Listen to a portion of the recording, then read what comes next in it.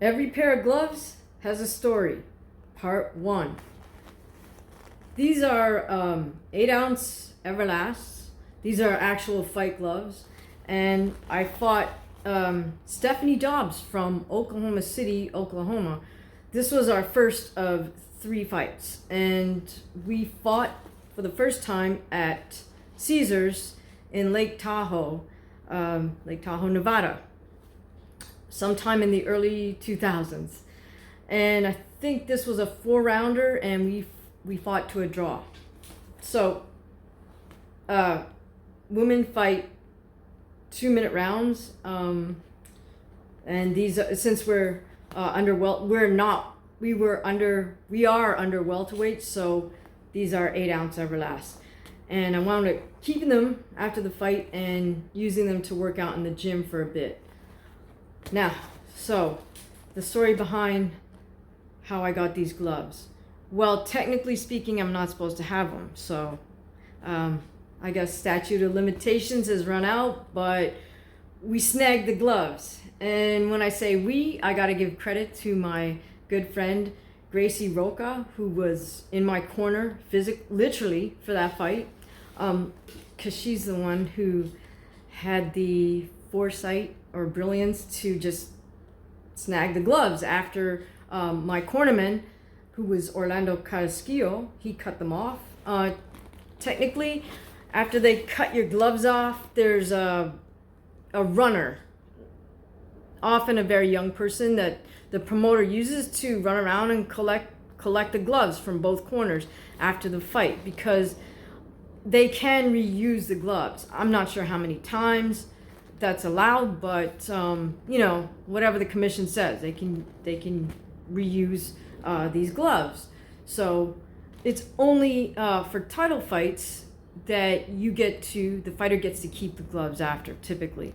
So before the fight, both sides get to select their gloves from maybe 3 options, and the opposing side also says, okay, those gloves are fine, and then they both agree to that. Commission signs off on it, they seal it in a bag, and it doesn't get reopened until the commission brings those gloves to both fighters, in the locker room. So it's like these gloves are under lock and key, etc., etc.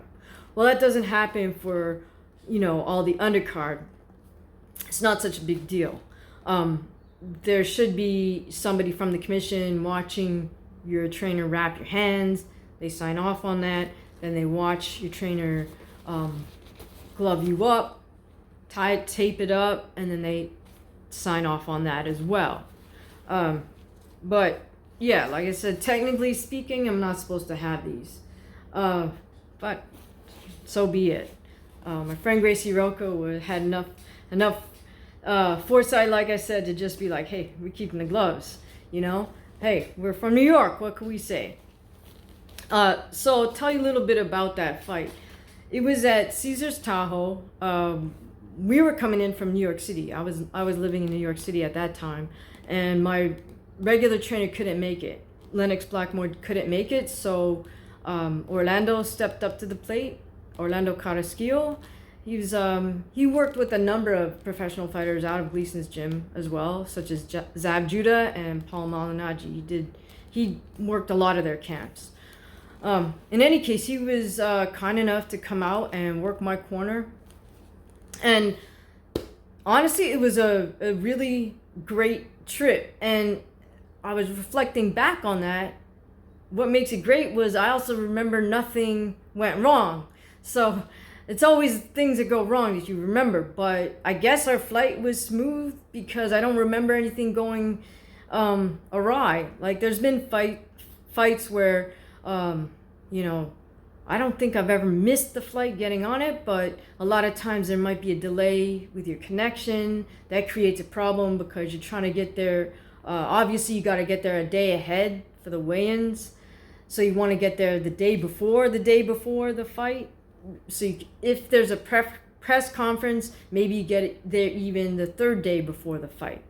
But in any case, especially coming from East Coast, if you should try to connect, especially through Dallas, Fort Worth, good chance you run into storms or something, and then your connecting flight could get delayed.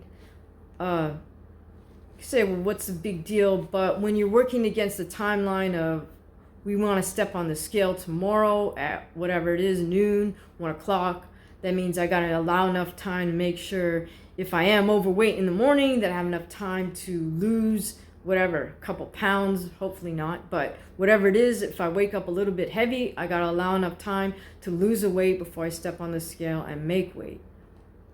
So there's a little bit of stress with regards to the time factor. And typically, promoters they want to spend the least amount of money possible on your flight. So that could mean a connection, right? Because those are cheaper. So I don't recall anything happening badly, so I'll assume everything went well with the travel. And then the other great thing is, once we got there, it really was a great event. I don't think Caesar's Tahoe doesn't exist as such anymore, but it was a great venue. That was by far the nicest hotel I've ever been put up in.